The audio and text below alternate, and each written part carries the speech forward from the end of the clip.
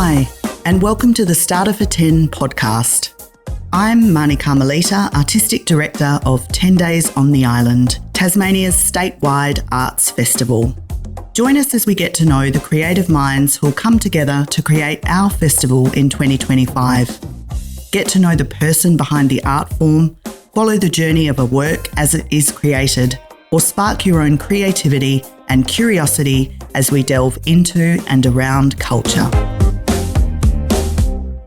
Nunami, welcome. Thanks. And thank you so much for sitting down and having a chat with us for our Starter for 10 podcast. I thought I'd start by just reading about who you are and giving our listeners a little bit of an insight into you. So Nunami Sculthorpe-Green is a palawa and Warlpiri woman living in Nipaluna, Hobart.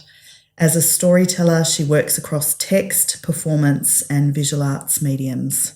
Nunami's work often centres on palawa perspectives of place and the examination of the layered histories embedded within the landscapes of North East Tasmania. She's also the owner and operator of Blak Led Tours Tasmania and has been developing and delivering tours and experiences related to Tasmanian Aboriginal history and culture since launching in 2022. Thank you for that. I think I didn't pronounce Warlpiri particularly well, but I hope I got that right. You made me feel also good about my bio. When you read it out loud, it sounded amazing. Your voice is perfect for this. So thank you. That's exactly what we want.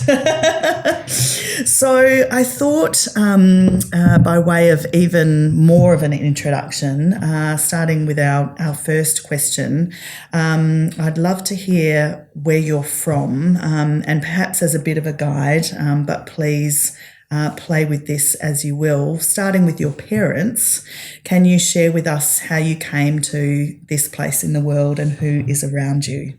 Yes, okay. So my mum is a palawa woman, so a Tasmanian Aboriginal woman. Our family come originally from the North East of North East, in recent times from a woman named Tanami Desert. Northeast there. And then by way of, I suppose, following colonisation, Tanami Desert was taken to Warlpiri on Flinders Island and then Puttalina, which are sites of forced incarceration and missionising. And then from Puttalina, her daughter Fanny Smith, or also known as Fanny Cochrane Smith, got a land grant at Nichols Rivulet very close to Puttalina Oyster Cove, and our family has been at Nichols Rivulet since the late 1800s there. So a long time around Nipaluna, but even longer at the North East on my mum's side. And then my dad was a Warlpiri man, so he was born in Darwin, but our family comes from the Central Desert. So that's Warlpiri country now. My grandmother was born in Yundamu, which is sort of way desert northeast of Alice Springs. And then there are a lot of five main Warlpiri communities in that desert area. But my dad was adopted at birth. So he was adopted by my grandparents down here in Nipaluna, Hobart, which is where the non-Aboriginal side of my family comes from. So I sort of have three main aspects to my family. Yeah. And so on my mum's side, I have very strong ties in our community, so like especially based around activism. So my mum, my sister, everyone I grew up with is heavily in the sort of just community-based and activism front, which really shapes my perspective on the world and how I was grown up. And then I spent probably equal amount of time with my grandparents, my grandma and grandpa, and then as a child and right through today, and connected with my Warlpiri family just these last couple of years, which has been really cool as well. I bet it has. Have you been to that part of what is now called Australia, that Central Desert area? Yeah, so I got as far as Alice Springs a few years ago. It was right after COVID. So when I was a kid, my my nana on my grandmother's side, so I don't know, so in white ways, she's not biologically related to me. Yes. But in Warlpiri ways, she's my nana and skin sisters with my with my biological grandmother. I understand. Yeah. Yeah. So she came down and she's a big painter. She was doing painting down here. Mm-hmm. And I remember tapping her on the shoulder and her just looking up at me and then just bursting into tears, hugging me. Oh. And so that was the first time I met any, apart from my dad, of course, any of my Warlpiri family. And then a few years ago, right before COVID happened, I wanted to reach out and get in contact with her. And then I found it really hard to do so, but then there's a crazy story on how I did manage to, but then I got to go back and I visited her in Alice Springs and spent that time and met some of my family and a lot of, just community family. A lot of my, like my dad and all his brothers and sisters, and mum has since passed on. I was going to say, that's a funny way to say it, but they're not alive anymore, so that was obviously hard to reconnect with them on that front. But sort of my sister cousin Anna I got to meet, and a lot of like my skin aunties and grandparents and stuff, so that was really special to spend that good amount of time in Alice Springs. And then Nana's come down since then, and then I'll go back, and that's kind of where we're at. That sounds incredible. Yeah. I'm really glad for you that you've reconnected with that side of your family. Although you're always connected, aren't you? Yes. You know, it's always in you and part of you. Well, it's funny, like I had this letter from before my dad passed away. I got this letter with all this information, and you get nervous, like, oh, how am I going to explain who I am when I get there? And then as soon as you go, everyone's like, we've been waiting for you. What the hell? I know, like, it's so natural. We don't need the letter. We've been waiting. Like, I know exactly who you are. What have you been doing? Like, so that was like, where have you been? Yeah, it's like, seriously, like it's taking you this long. So that was like a funny moment and a big relief as well. That must have been a huge weight off your shoulders. Yeah, it was really cool. That's really beautiful, and I love hearing about this activist side of your family. But you also talked about your nana there being a painter, and do you have these kind of two worlds coming together, activism and art? How do you find yourself in this space? Because from the little time that I've spent talking to you, they are two very big parts of you. Yeah, that's true. Like I think like my family and then broader community, like the palawa community that I grew up with, is just so heavily I think just so heavily within this activism and resistance mindset. And I think when you are born into a culture that is so like marginalized, you kind of are born into that resistance. So it was always just part of my upbringing, like getting to see, all my favorite people at protests and listening to, my mum, my sister talk. So it was just sort of, you don't really think twice. You don't even think about it as activism. It's just what you do. It's in your life, it's in the world around you. Yeah, just like existing in this form sort of necessitates that you do that. If you want to be comfortable, you just sort of have to do that. So like, I didn't really think of myself as an activist because I was just part of the community, just community minded. But I think you realise that's part of being that. So I think that a lot of my work and everything that I focus on has these sort of Aboriginal justice like lens applied to it, because that's just kind of the way that I see the world. So I can't really separate the two. And how did you find your way to, I guess, more artistic practice or a creative practice? Was that something that came through, your life and upbringing in a very natural way, as well as the activist side? Yeah, like not as much. Like I loved art in high school.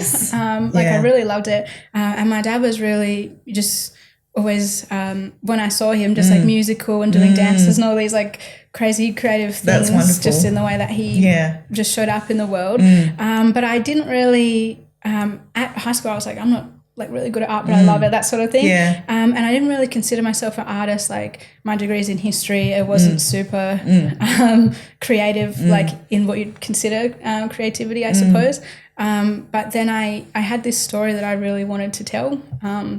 And I think that's how it came about, like learning the history of the island, especially when it comes to like the war and invasion, colonization. I was just like, does everybody know this stuff? Everyone has to know this stuff.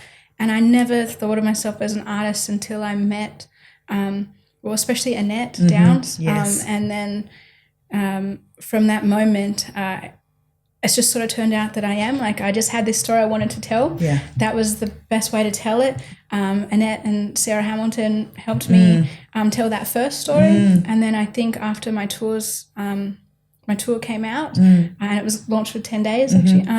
After that, people would just get to ask me to do things like make a piece of art for this. Yes. And I'd be like, yeah, okay. Yeah. And then the more and more I'm like, actually, I love it. This is what I like to do. And it's really fun, like thinking in that way. Yeah, so, it's a very natural process for you, I think. I hope so. You're a storyteller, and I think lots of our artists are our storytellers. You know, they're the way that we tap into our emotions but also make sense of the world, really. Yeah. I think that's where I sit. Like, I've never been trained as an artist, but I just sort of live and do things that I just do. Tell these stories. Yeah. Mostly because they have to be told, Yes. like, regardless on who's going to listen to them is a really big lesson I've learned. Yeah, that really compelling need to, to speak that story or that truth or that perspective. I think that's really incredible. And yeah, I love that you've found your way to this place. Thank you.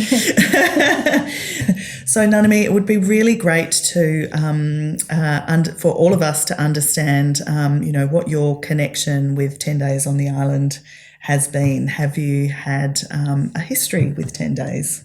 Yes. So when I was a kid, my grandfather was like the chair of 10 Days on the Island when it first came out, so like the chair of the board, and so we got to, as kids, go to all these amazing experiences all over the island. So I always had heard about it because Grandpa was so passionate about it. So getting to see all these things that I wouldn't have otherwise probably been exposed to was really exciting. So really growing up with that familiarity was really special. And then also before we launched my first tour, Takara Nipaluna, I got to have it as like a little sneaky add-in to the 2021 program, which was like really special, especially because my grandma was able to come and stuff like that. So it's really great to be getting to be part of 10 Days yet again. Yeah, I think that's really wonderful that those tours started their life with 10 Days because they've become such a fixture now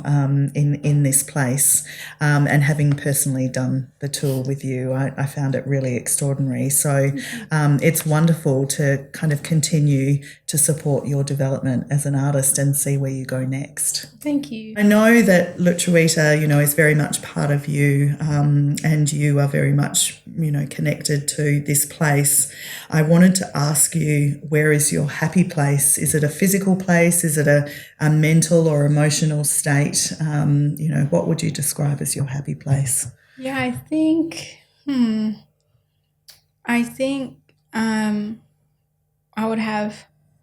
I have so many, but I think anytime I'm, just adventuring with my family, especially just like anywhere, like with my family, especially, with community on country, these sort of moments, I'm like, this is the life, this is how I'm trying to live.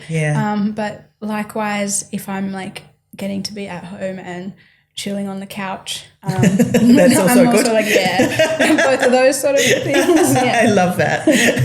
And that does come back to the people around you as well. And, I guess just having that connection in those places, whether it's physically out on the land or in your own home. Yeah. I wanted to talk a bit about, when you've told these stories to people and how have you felt a connection to those people who've come on your tours? Or I know you've been delving into a more visual arts practice recently. So, how does that feel for you when you see people viewing your work or listening to you as you're telling this story that has to be told? Yeah, I think, if it's like on the tours, it's easy to see the connection that people are feeling and the emotions that they're going through and them resonating with the story. And I think it's different ways of being connected. Like, when I was asked to do this, there's one piece in particular, it's called Mula Kamilaitina, or The Hunting Ground, and I was asked to do this piece where I write a piece of spoken word telling the history of a particular area, and then there's like 11 musicians on stage with a composition by a composer called Louise Denson, who made it to go along with my story, and we were telling it together. And I think the opening night when we did that at Pura Kitchener at Rooston Cove, like I was so nervous because of it's a stage and there's music and it's like not just, I was really nervous. But then we did like some community members, Cinsa and Janice, they did a ceremony beforehand for us, and that really, like I didn't think I was going to be able to do it until that moment. And I think having all the musicians backing up this very important story that I was saying with my words, sharing that experience with them on stage, and knowing that we were on Aboriginal land, telling the story about our old people whose land it is. That particular night, that's probably the most connected I felt on so many levels to during my practice anyway, or performance anyway, like to community, country, and then the people there. Like I definitely bawled my eyes out, but I still felt so supported by the space and everyone who I was performing with and everyone who I'd seen that day. Like I could just see so many of our community in the area. So that's probably the example that stands out the most. But on every tour, I can see the way people are responding to the story. And with visual arts, I find that actually more vulnerable than... Really? Yes, way more vulnerable, because when you're performing or you're telling a story, you're there.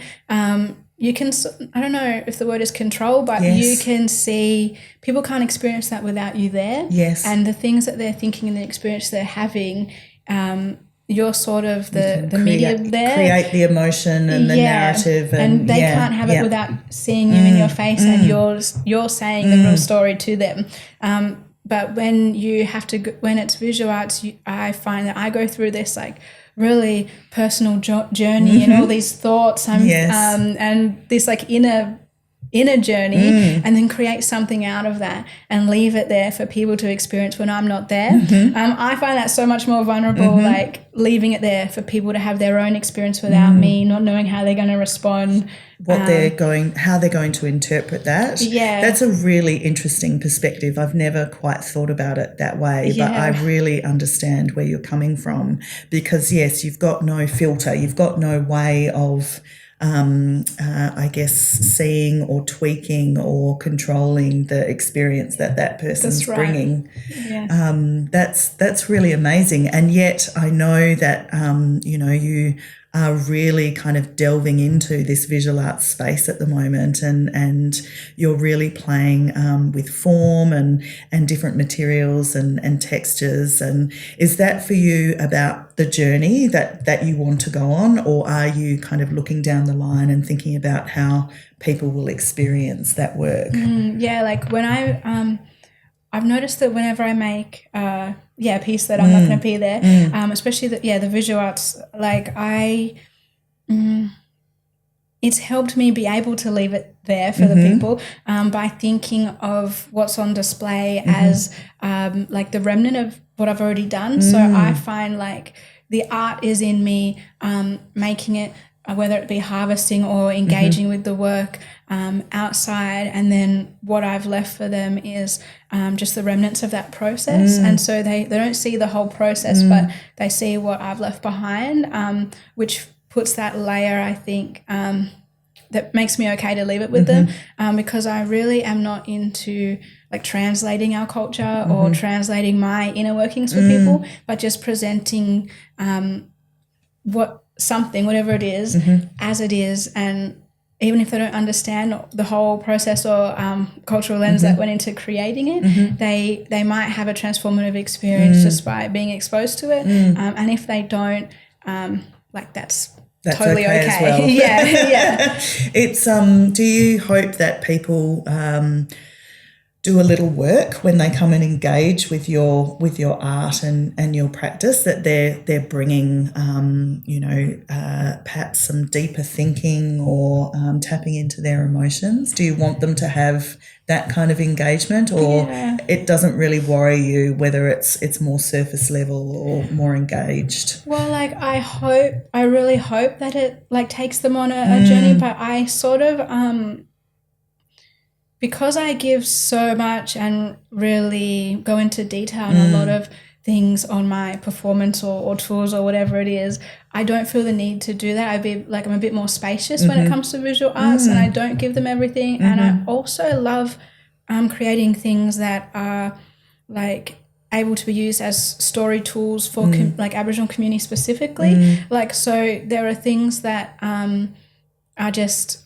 I don't know if the word is encoded or whatever, in the things that I say and create that you actually can't understand unless you have that cultural lens.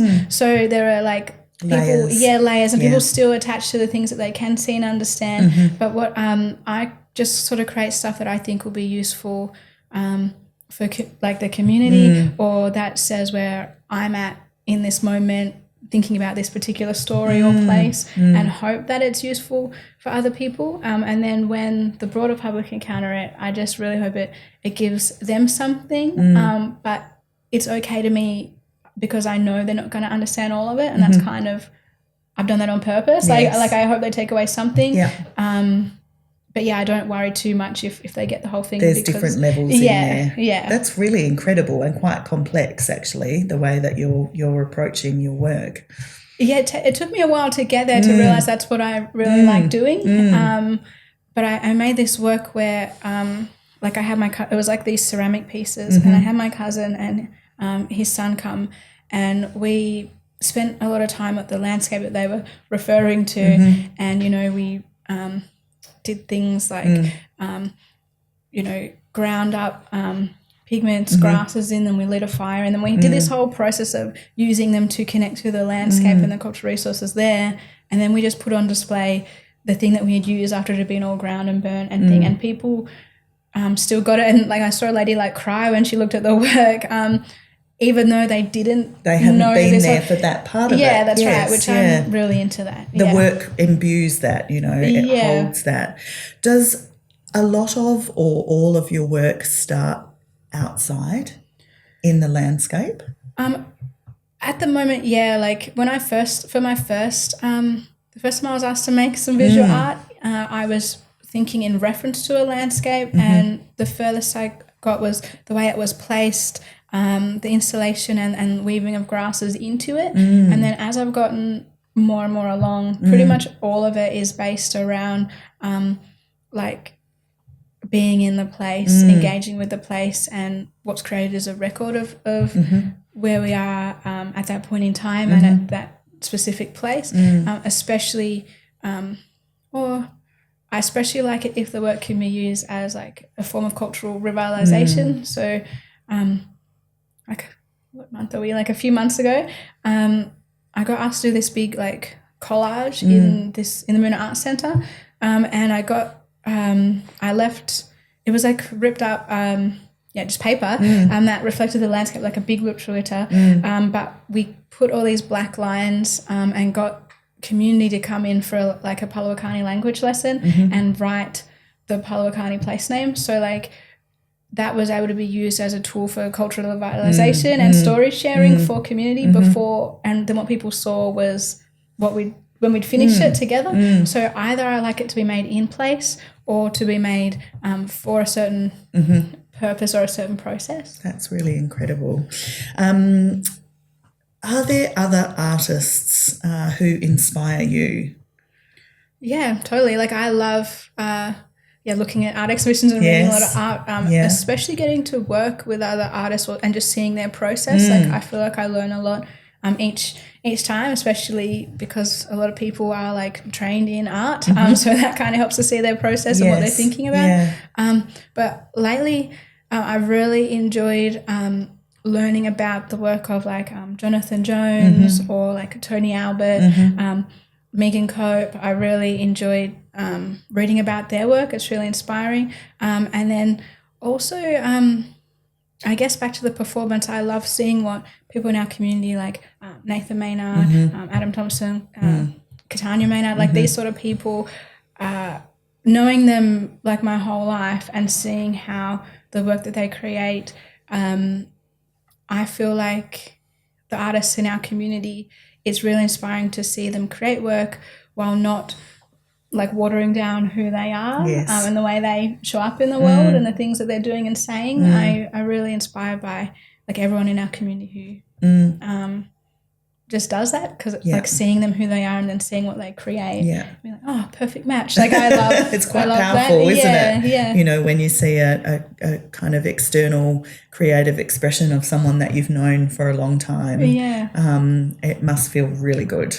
Yeah, and like also getting to see your culture reflected in art is pretty sweet. Yeah. Like that wasn't something I felt like I experienced very much growing up. So like, getting to see all these artists talk about things that I'm interested, like Alan Mansell with his prints, or like Julie Goff when she talks about this dark history. It's like, relatable, like, you know, like that's like a really nice change. It speaks to you and your experience, which is really important, I think. You know, in terms of the art that we surround ourselves with. I know that you really love reading. I wondered what you're reading right now. Can you share that with us? Well, last night I finished this book called Carving Space, and it was like a collection of poetry and short stories from all different First Nations writers from like Canada, and I thought it was quick to read the book because half of it was in French, but like the other wasn't. It was like English story, English poem, French story, French poem. I was like, okay, just skip the French chapters, and then but that was really enjoyable. I really liked that, and then so this morning I started. For my birthday, my partner got me this. It's like the catalogue of the like Aboriginal and Torres Strait Islander Triennale, or however you say that word, in that the National Gallery has, except it was the second one, like from 2011 or something, and it had a lot of artists who I like and recognise, so I like reading their essays and their catalogues about that. So that's what I finished last night and started this morning. And I know that you've written an essay for a recently published book as well. Do you want to tell us a little bit about that beautiful book? I've seen it. I've got a copy myself. Wow. Yeah, nice. So Ian Terry is a historian who lives in Nipaluna, Hobart, and he used to work at the museum, and he did the Black Wall Gallery in there along with Tony Brown, who's a Tasmanian Aboriginal man and curator. And so that's my first time I encountered Ian's work. And then so he asked me to write, that was back when I worked at the museum when I was at university. And he asked me to write an essay for his book, which is right up my alley. Like, it's really cool. So it's like a book where he retraced the Big River Oyster Bay mission that George Augustus Robinson did in the late 1820s and early 1830s, when he was going around the island negotiating the end of the war with our old people. And so the Big River and Oyster Bay mission in particular is the one that I focus on the end of that in my tours. When they're walking into town to meet the governor. Of course. His book and Robinson's mission is like the prequel to that, like how they got there, what these negotiations were, the journey they took. And so what Ian did was spend like 2 years or something, like doing camping and going across this whole journey that initially took Robinson like 5 months to do.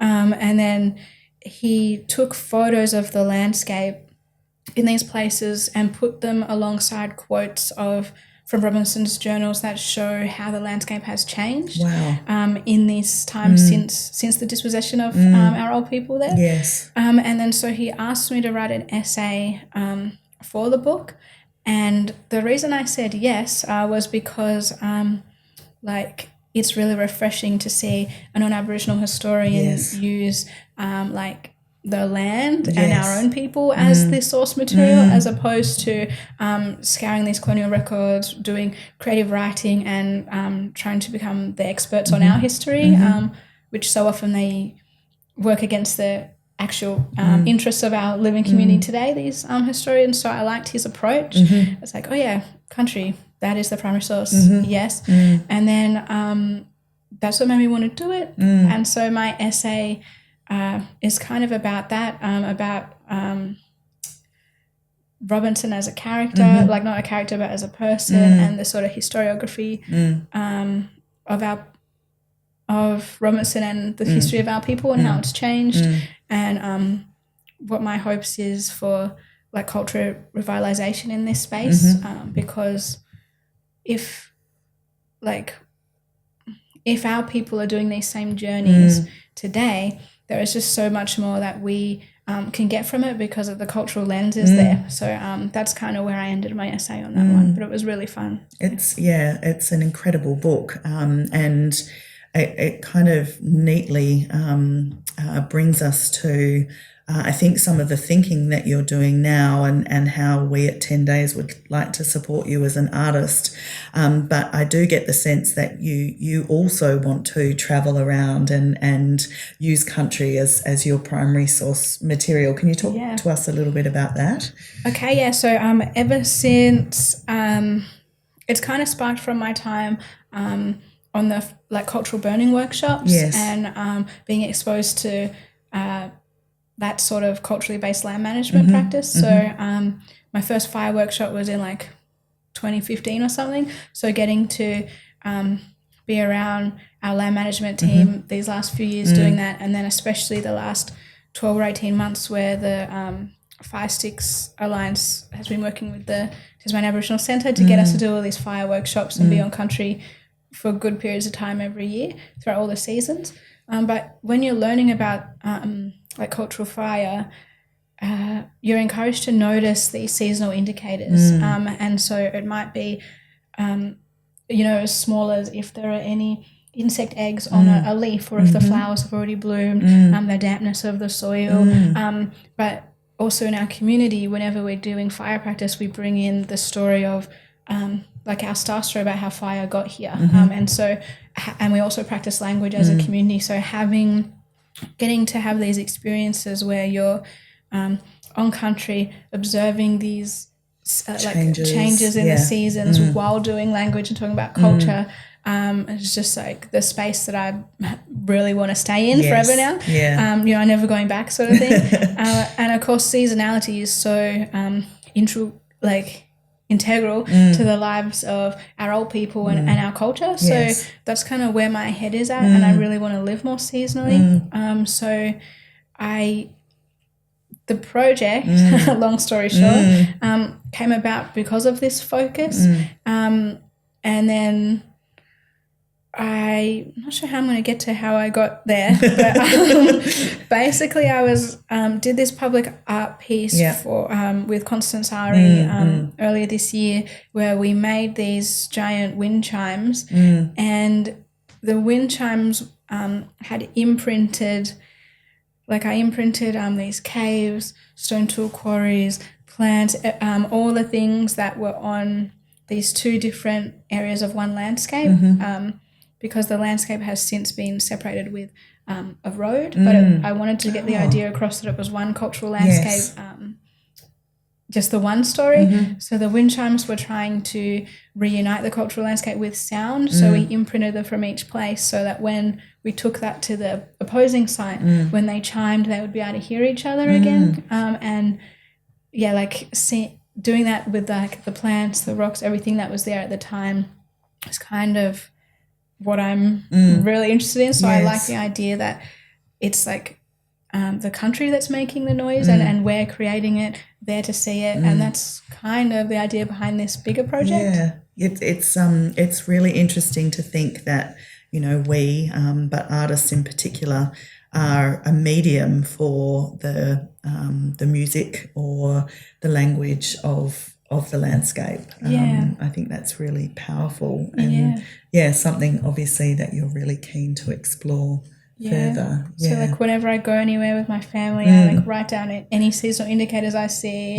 Make sure we see different moments in the sky, moments in place, and then so what I want to do is make a seasonal calendar for myself to follow through the creation of the project, which has been great through observing the last few years, but obviously it'll never be finished because there's so much happening in country, but using that seasonal calendar to govern when and where the wind chimes are created and where they're placed, especially hopefully ideally, I'd like to bring community together for these moments of harvesting, especially plant harvest that we don't always engage with at the moment. So having these opportunities to do that while harvesting engaging in our cultural harvesting practice while making the artwork and the thing being left over being the thing that we can hear after we've engaged in the process on a grand scale right around the island. That's where I'm at. Yeah. Yes, yeah. And so you are seeing, this work as encompassing the whole island and, in terms of your canvas, I guess. Yeah. And so seasonally, is it quite different around the island, or is it quite similar across Lutruwita? Well, it seems to be quite different, like even down to the, like, of course, the plants that dominate the different regions. Like, so that if I'm noticing a seasonal indicator here, when I go, let's say out to Premingana on the northwest coast, the plants there are completely different. The views there are completely different. The resources there completely different, as well as just the view over the opposite ocean. It's definitely it's definitely different, and it's definitely different. And it would take so long to make a full calendar, but I really hope that the calendar, I don't know if calendar is the right word, but I think it's something that, we can kind of grasp onto in terms of a concept, isn't it? So I really understand what you mean by that. I really hope the calendar that I use to govern myself in this project is something that if like the community want to, it can just be like a starting point to add to, grow, and then like I would like to use it again as a story sharing tool on to share the harvest when they're there, how we're going to engage with them, especially ones that we haven't done for so long, especially for young people as well. My cousin said you shouldn't add things to the calendar until you harvest them, and like that's how you're going to fill it out. And I was like, that's fun. Like, it really does then tie to a very physical experience and present experience of that place and of that seasonal change. I really love the idea that it's a living and growing, I don't want to say document, but that it's a living and growing record, I guess. I know you have a daughter. Is it something, I have this vision of the two of you setting out across and around to the island. Is it something that you'd like to share with her as well? Absolutely. Like I love taking her on all these journeys, and like as much family and community as possible. Because that's one of the strengths of our culture. Like it's the story is so much. The story becomes richer with the more people that contribute. Yes. And so, definitely taking my daughter, anyone else who wants to come. But I've been really blessed to get to take her on just so many adventures and so many community experiences, cultural experiences. She's like really confident with the fire workshops and doing them now as well. So she is so adventuring and she loves adventuring. I love taking her on them. And I just can't wait to see you bringing community around each of these harvesting moments. We at 10 Days feel so lucky to be on this journey with you. Thank you. So thank you so much for talking to us today, and I really look forward to checking back with you and sharing your journey, with our audiences as you complete your own journey around the island, but also create these beautiful chimes. Thanks, Nunami. Thank you. Thanks for joining us on Starter for 10. If you'd like to know more about what's coming up at 10 Days on the island, visit www.10days.org.au and subscribe to our free newsletter.